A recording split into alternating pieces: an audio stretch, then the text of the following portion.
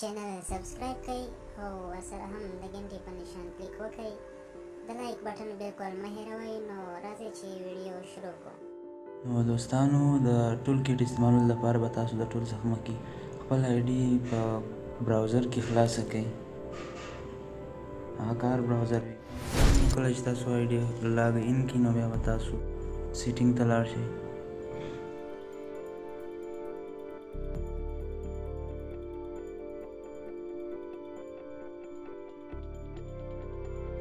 او سیټینګ کې به بیا تاسو پبلیک پوسټ باندې کلیک وکړئ.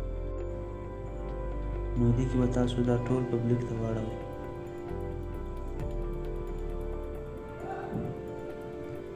پبلیک به کلیک کړئ دوستانو. آی ډي به بالکل ټول کیټ ته برابر شي. نو بیا به تاسو ټول کیټ آپشن خلاص کړئ. هر څه څخه مخکې به تاسو د خپل موبایل کروم براوزر خلاص کړئ. او کروم براوزر کې به سرچ آپشن کې تاسو بارد باس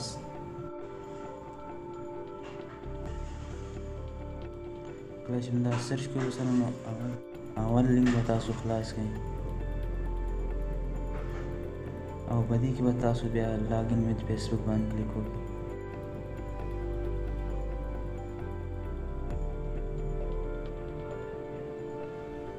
نو اوس به تاسو په دې لوړ باکس کې به تاسو د خپل موبایل ایمیل آی ډي یا موبایل نمبر ورکړئ.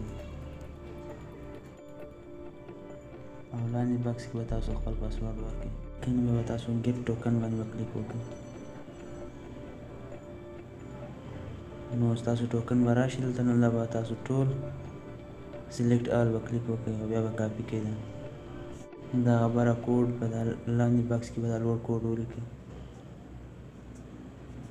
او بیا په دا لاندې باکس کې به تاسو خپل کاپي شوی ټوکن پیسټ کړئ. او بیا سبمیټ باندې کلیک وکړئ. نو تاسو آی ډي به لاګین شي دوستانو. بیا تاسو په دې کې اوس ډېر آپشنان استعمالولی شئ. که تاسو فالوور غواړئ فالوور استعمالولی شئ. او که تاسو ریکویسټونه غواړئ فرینډ ریکویسټ به تاسو حاصلولی شئ. او که لایکونه غواړئ پیج دپاره لایکونه حاصل کولی شئ. او که د فیسبوک آی ډي دپاره لایکونه غواړئ لایکونه حاصل کولی شئ. او ریاکټ غواړئ هیټ والا سیټ لاو واو هر ریاکټ تاسو حاصل کولی شئ. او کمنټونه هم حاصلولی شئ.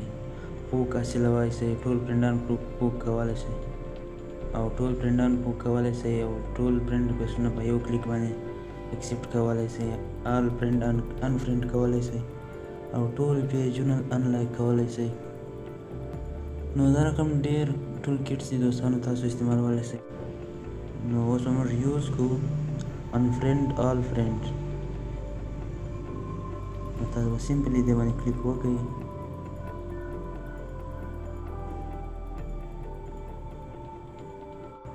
دوستانو کله چې تاسو دا کلیک کړئ نو دا به لږ ټایم لوډینګ وکړي او ستاسو فرینډان به ټول ختم شي. نو اوس زما فرینډان ټول ختم شو چې تاسو کتلی شئ. نو فرینډ لیسټ بالکل خالی دی. نو تاسو هم کولی شئ چې خپل فرینډ لیسټ دا رقم په یو ځل او په یو کلیک په 2 منټه کې ختم کړئ.